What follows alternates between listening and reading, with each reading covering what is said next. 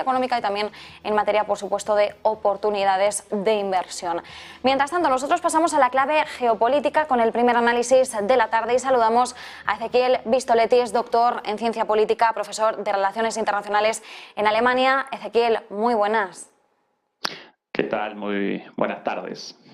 Bueno, arrancamos año 2023, que por cierto, feliz año nuevo, Ezequiel, no habíamos hablado contigo todavía este 2023. Arrancamos un año en el que estamos a punto de cumplir un año ya del conflicto bélico en Ucrania y en el que seguimos muy pendientes, por supuesto, de todos los mensajes que nos van llegando sobre la posibilidad de unas negociaciones o conversaciones, al menos que sean un poco más sólidas, contundentes, encauzadas hacia la paz entre Rusia y Ucrania.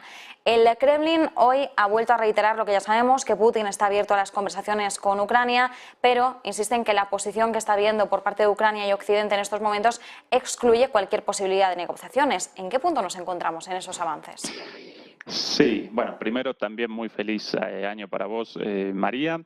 En realidad el año comienza con muchísima incertidumbre y por el momento sin grandes cambios con respecto a finales de 2022, más allá de que tras la tercera fase de la guerra y la contraofensiva ucraniana comenzase una cuarta fase en la cual por primera vez no solamente Rusia aparece interesada en las negociaciones de paz, sino también Estados Unidos, debido a un cambio en su cálculo de costos y beneficios respecto a la guerra. Bueno, por el momento esa ventana de oportunidad en este invierno para negociaciones de paz fue desaprovechada y fue desaprovechada por la propia dinámica de la guerra. Recordemos que en la segunda fase de la guerra, Ucrania y Rusia parecían en conversaciones encaminadas hacia un acuerdo de paz, cuando Estados Unidos determinó la interrupción de estas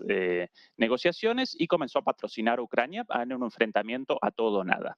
Bueno, en este momento aparecen Estados Unidos y Rusia en cuanto a sus intereses materiales, ambos interesados en la paz, pero la propia Ucrania, ahora envalentonada tras ese apoyo de la OTAN, hegemonizada por Estados Unidos, rechaza cualquier acuerdo de paz sin la reconquista de todos sus territorios, lo cual para Rusia representa una condición inaceptable. Por lo pronto, aparecemos en la misma situación que a finales del año pasado, más allá de algunos cambios en el frente de batalla, la conquista reciente de Soledar por Rusia y posiblemente en las próximas semanas de Bakhmut, dentro del Oblast de Donetsk, lo cual representaría una victoria táctica para Rusia, importante, simbólica, pero no suficiente para desencadenar el final de la guerra de ningún modo. Entonces, en cuanto a las perspectivas, en cuanto a la situación actual, aparecemos en una situación muy similar a la del año pasado. Interesante tener esto en cuenta, que estamos más o menos en una situación muy similar a como cerrábamos 2022, a la espera, por supuesto, de poder seguir avanzando. Mientras tanto, hoy también ha hablado el comisionado de Derechos de Rusia, dice que se han hecho importantes propuestas de alto el fuego durante una reunión con homólogos turcos, ucranianos. Ha sido una reunión que ha tenido lugar en Turquía. Estamos un poco en lo mismo, ya vimos ese alto el fuego, pero simplemente de unas pocas horas, más de 24 horas, debido a la Navidad ortodoxa que anunciaba Putin de cara al 6 y al 7 de enero, pero claro, aquí ya estamos hablando de un alto el fuego en otros términos, no simplemente por una cuestión religiosa o de una festividad, sino que estamos hablando ya de un alto el fuego que tenga una base de cara, como decimos, pues bueno, empezar a contemplar o hablar en términos de una paz que sea tangible. Claro, 2023 se nos plantea con muchas cuestiones, a falta de, como decimos, apenas un mes y poco para que se cumpla un año. ¿Cuáles crees que deberían ser los puntos principales que deberíamos tener en cuenta en estos momentos, ¿no? ¿Cómo afrontamos el que va a ser pues el segundo año de guerra en Ucrania? Bueno, más allá de que el año comienza con la misma incertidumbre que a finales de 2022 y no podemos vaticinar a corto plazo el final de la guerra, podemos sí realizar un análisis desde una perspectiva más amplia en cuanto a el significado y las consecuencias de esta guerra hasta ahora de cara a 2023. La guerra representó un catalizador de procesos anteriores, de procesos ya iniciados anteriormente, acelerados tanto por la guerra en Ucrania como por la pandemia.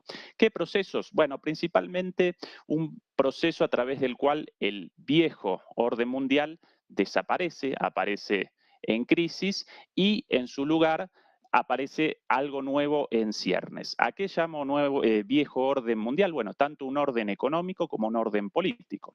El orden económico neoliberal imperante desde los 80, en crisis desde 2008-2009 con la crisis económica, y esa crisis fue acelerada primero por la pandemia y ahora por la guerra. En este sentido, este orden en crisis está generando espacio para la aparición de una nueva forma de capitalismo mucho más parecida a la de China. Los analistas estadounidenses lo llaman state-led capitalism, no un capitalismo de Estado, pero sí un capitalismo direccionado, dirigido por el Estado. No solamente presenciamos esto en China, sino cada vez más en Occidente. Recordemos ahora que los dos sectores económicos más importantes aparecen en energía y en armas, dos sectores con direccionamiento estatal. Entonces, esto aparece como el proceso de cambio entre un orden económico viejo y uno nuevo en ciernes, acelerado por esta guerra, y naturalmente la guerra aceleró también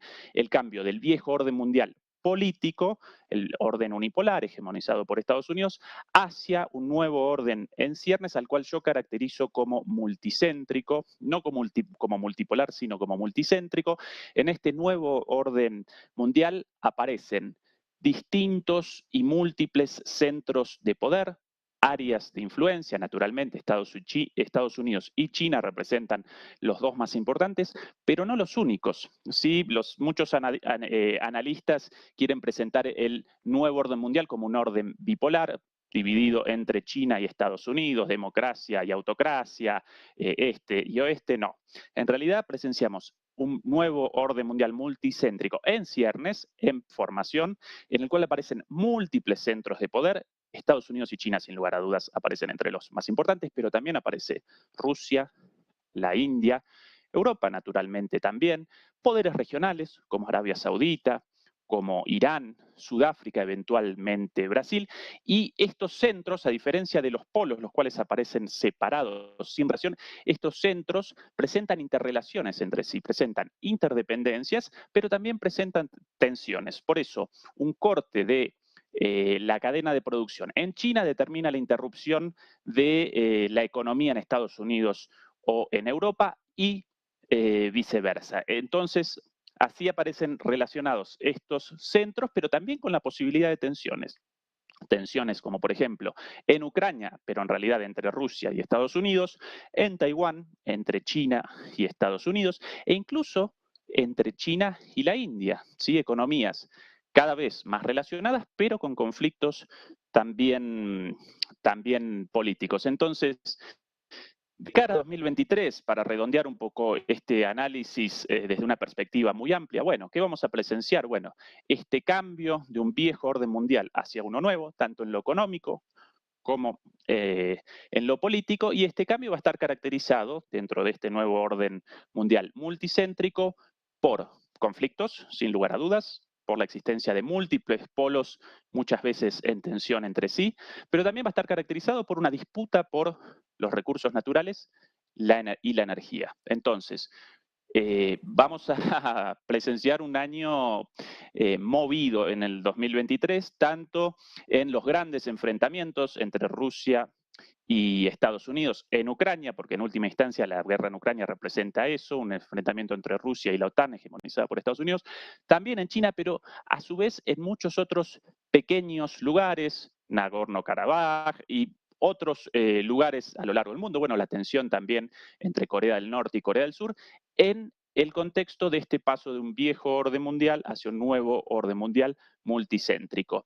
Quizás, María, el desafío aparezca en que este cambio de orden no desencadene una guerra mundial. ¿Sí? Porque hasta el momento en la historia de la humanidad, los cambios de órdenes, ¿sí? Desde el imperio romano hasta el imperio español, británico, incluso a la hegemonía estadounidense, en la gran mayoría de los casos estos cambios, tanto económicos como políticos, de un orden a otro, aparecen mediados por una gran guerra. Y en este caso, en este momento, en este tiempo histórico, considerando el desarrollo de las fuerzas destructivas de la humanidad, una guerra de estas características podría determinar directamente la desaparición de la vida en la Tierra. Por ende, es el desafío y esas las previsiones para 2023 desde una perspectiva analítica muy amplia, ¿sí? Muchos temas, hablabas de ese nuevo orden mundial. Estamos viendo un avance progresivo desde el viejo orden hacia el nuevo orden mundial. Hablabas también de esa competencia, de esa disputa por los recursos naturales.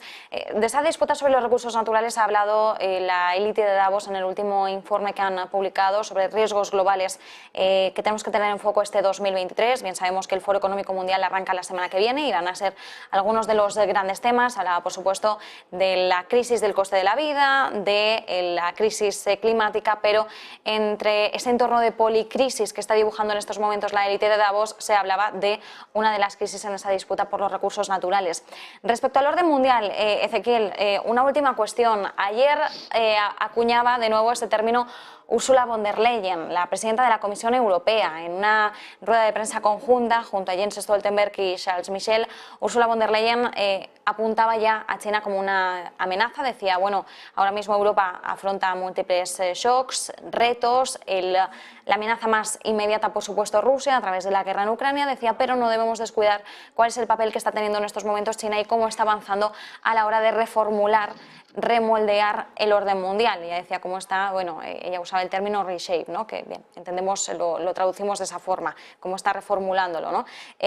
¿Cómo tenemos que tener ubicada a China en este momento? Porque se ha intentado evitar por todos los medios hablar de China como una amenaza. Hablamos de la segunda potencia económica mundial. Por supuesto, todos los países tienen muchos intereses en el gigante asiático. No sé hasta qué punto nos beneficia hablar de China como una clara amenaza, pero sí que es cierto que, bueno, puede suponer pues un cambio, ¿no?, en el paradigma de la hegemonía mundial, que siempre ha estado sobre todo en manos de Estados Unidos. Sí, de alguna manera von der Leyen recuerda un poco a los defensores de Gran Bretaña en el periodo de entreguerras, cuando en el mundo ya había comenzado el pasaje del orden británico, del imperio británico, hacia el nuevo orden mundial bipolar en ese entonces, pero con Estados Unidos como como poder hegemónico en Occidente. Y bueno, en ese entonces los defensores de Gran Bretaña presentaban a Estados Unidos como un factor de desorden, de caos, de problemas, pero los más inteligentes, en lugar de rechazar estos cambios inevitables, los capitalizaron e inmediatamente establecieron buenas relaciones económicas, políticas, culturales con los Estados Unidos. Bueno, esas relaciones en lo económico, en el presente, entre Europa y China, ya aparecen dadas, materializadas. Ahora, si la dirigencia europea va a responder en consecuencia a estas relaciones económicas, comerciales, incluso culturales ya establecidas, beneficiosas para Europa en el mediano y el largo plazo, porque el desarrollo de China representa algo inevitable. Bueno, eso deberán determinarlo los propios líderes europeos. Por el momento aparecen aferrados a los Estados Unidos y su lucha por la permanencia, por la continuidad de un orden mundial en crisis, en caída. Solo como algunos datos, el principal socio comercial de Europa fuera de la Unión Europea aparece en China. El 40% de la facturación de la principal multinacional alemana, establezco el foco en Alemania como la principal economía de Europa. Bueno, Volkswagen, la principal empresa alemana, bueno, el 40% de sus ingresos descienden de China. No de acá a 10 años, a 20 años, hoy, ¿sí? Y bueno, este conflicto con Ucrania, cercenando la principal fuente energética de Europa y estableciendo de alguna manera, obstáculos en la rueda económica con China, el principal socio comercial de la Unión Europea, evidentemente representa un error estratégico de proporciones históricas, pero bueno, lamentablemente esa es la dirigencia europea actual y de ahí las palabras de von der Leyen, ¿no? Pues nos quedamos con esas claves, con ese análisis. Ezequiel Vistoletti, muchísimas gracias por acompañarnos, un placer. Un placer y un saludo. Nos quedamos con estas claves geopolíticas, enseguida pasamos a las bursátiles, a los mercados, hacemos una breve pausa y volvemos enseguida.